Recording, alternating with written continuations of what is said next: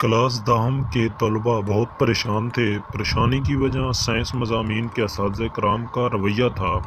یہ نہیں تھا کہ وہ جان بوجھ کر طلباء کو مارتے تھے، بلکہ ان کا مقصد یہ تھا کہ مستقبل کے معمار اپنی پڑھائی کو سنجیدگی سے لیں اور سالانہ امتحان میں نمایاں کامیابی حاصل کریں۔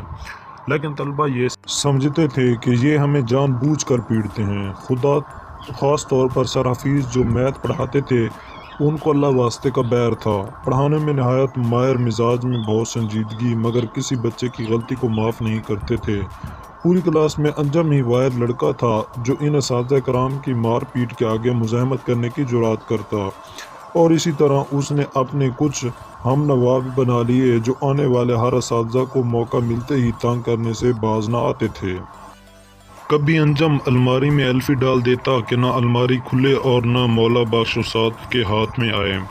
کبھی مولا بخش کو چھپا دیتا۔ ایک روز سر حفیظ نے میتھ کا ٹیسٹ لیا جس میں چند طلباء نے تو کچھ نہ کچھ کیا مگر انجم فیل ہو گیا، تو سر حفیظ نے مولا بخش کی مدد سے انجم کو پیٹ ڈالا کہ اچانک انجم نے آگے بڑھ کر سر حفیظ کی کلائی کو زور سے مروڑ دیا اور درد کی شدت سے انہوں نے مارنا چھوڑ دیا۔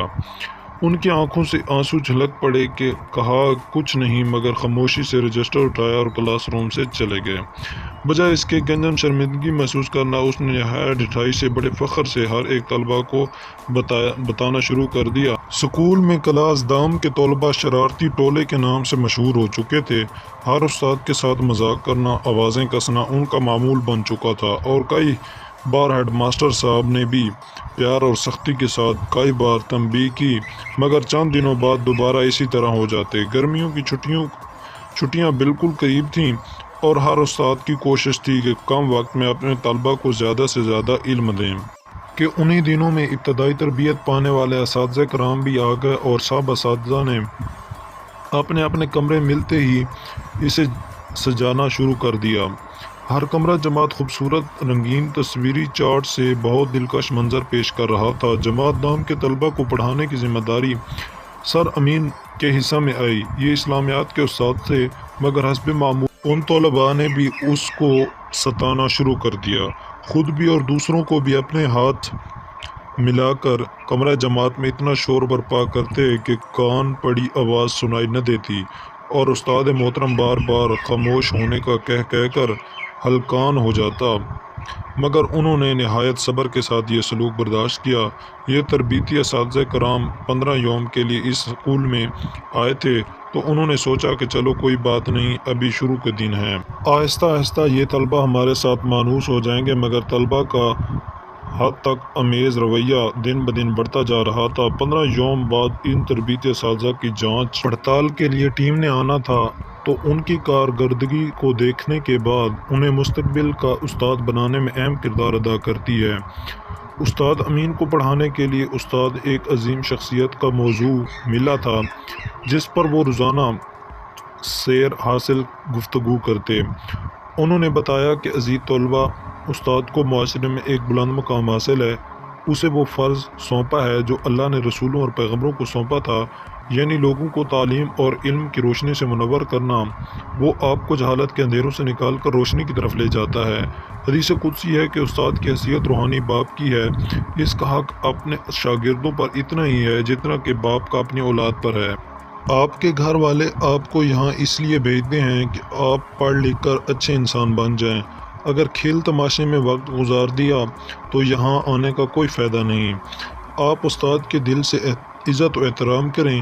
استاد امین نے طلباء کو بتایا کہ جب معزز مہمان کمرہ جماعت میں آئیں تو آپ نے کس طرح کا انداز اپنانا ہے۔ انہوں نے چیدہ طلباء کو سوال و جواب میں بھی سمجھا دیے تھے۔ استاد امین نے سوال پوچھا تو ایک طالب علم نے کھڑے ہو کر جواب دینے لگا، تو انجم نے آواز لگائی، ابے او ہلکے، کیوں استاد کو وقت ضائع کر رہا ہے، چل بیٹھ آرام سے۔ استاد امین کو یہ بات ناگوار گزری مگر خاموش رہ گئے۔ انہوں نے ایک اور سوال کا جواب طالب علم سے پوچھا تو وہ بھی جواب دے رہا تھا کہ اس کی بات سے انجم نے زوردار کہکا لگایا تو دیگر طلباء بھی ہنسنے لگے۔ اب استاد امین نے اسے کان پکڑ کر ڈیسک سے باہر نکالا اور ایک زناٹے دار تھپڑ رسید کیا تو اچانک کمرہ جماعت کا ماحول یکسر تبدیل ہو گیا۔ طلبہ کو تربیتی استاد سے اس طرح کے رویہ کی ہرگز توقع نہ تھی۔ استاد امین نے کہا، مجھے تمہارے بارے میں استاد حفیظ بھی بتا رہے تھے۔ میں نہیں چاہتا تھا کہ یہ نوبت آئے مگر تم نے بالکل مجبور کر دیا۔ اس نے ہمت کر کے بااعتماد ہو کر سوال کا جواب دیا اور کہا، آپ میں ہمت تھی۔ ابھی استاد امین انجم کو مزید سمجھانا چاہ رہے تھے کہ اچانک کمرہ جماعت میں مہمان اساتذہ آنا شروع ہو گئے۔ تمام طلباء نے کھڑے ہو کر السلام علیکم کے الفاظ ادا کیے۔ جواب میں انہوں نے بھی وعلیکم السلام اور بالکل پیچھے کے ڈیسکوں میں جا کر بیٹھ گئے اور اشارہ کر کے استاد کو پڑھانے کا حکم دیا تو استاد امین نے لہجے کو نرم اور شائستہ بناتے ہوئے کہا، عزیز طلباء، جیسا کہ آپ کو معلوم ہے کہ چند دنوں سے استاد کی عظمت کے بارے میں پڑھ رہے ہیں۔ میں نے آپ کو بتایا کہ استاد علم کی شمع روشن کرتا ہے اور جہالت کے اندھیروں کو دور کرتا ہے۔ دنیا میں وہی لوگ کامیاب ہوتے ہیں جو استاد کو استاد سمجھتے ہیں، اس کی قدر کرتے ہیں، اس کی عظمت و بڑائی کو مانتے ہیں اور اس کے پڑھاتے ہوئے سبق کو اچھی طرح ذہن نشین کرتے ہیں۔ وقت پر پڑھنا اور وقت پر کھیلنا ہی اچھے طالب علموں کی نشانی ہے۔ یاد رکھنا، وقت کبھی ہاتھ نہیں آتا۔ اگر آپ نے یہ وقت گزار دیا تو آپ ساری زندگی ایک ناکام انسان کی طرح گزار دیں گے، اور اللہ نہ کرے ایسا ہو کہ آپ بازار میں ریڑیاں لگائیں۔ اگر استاد آپ کو مارتا ہے تو آپ کے بھلے اور فائدے کے لیے ہی ہر استاد طالب علم کو اپنا بیٹا سمجھتا ہے۔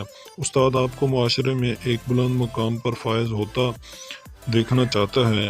عزیز طلباء، آپ خوب پڑھو، اس کی قدر کرو۔ انجم شرمندگی سے سر جھکائے بیٹھا تھا مگر دل میں اس نے یہ عہد کر لیا تھا کہ آج سے وہ دل لگا کر پڑھے گا اور استاد کی قدر کرے گا۔ اس نے دل میں یہ ارادہ بھی کر لیا تھا کہ استاد کی عزت کرنے میں ہی کامیابی کا راز چھپا ہے۔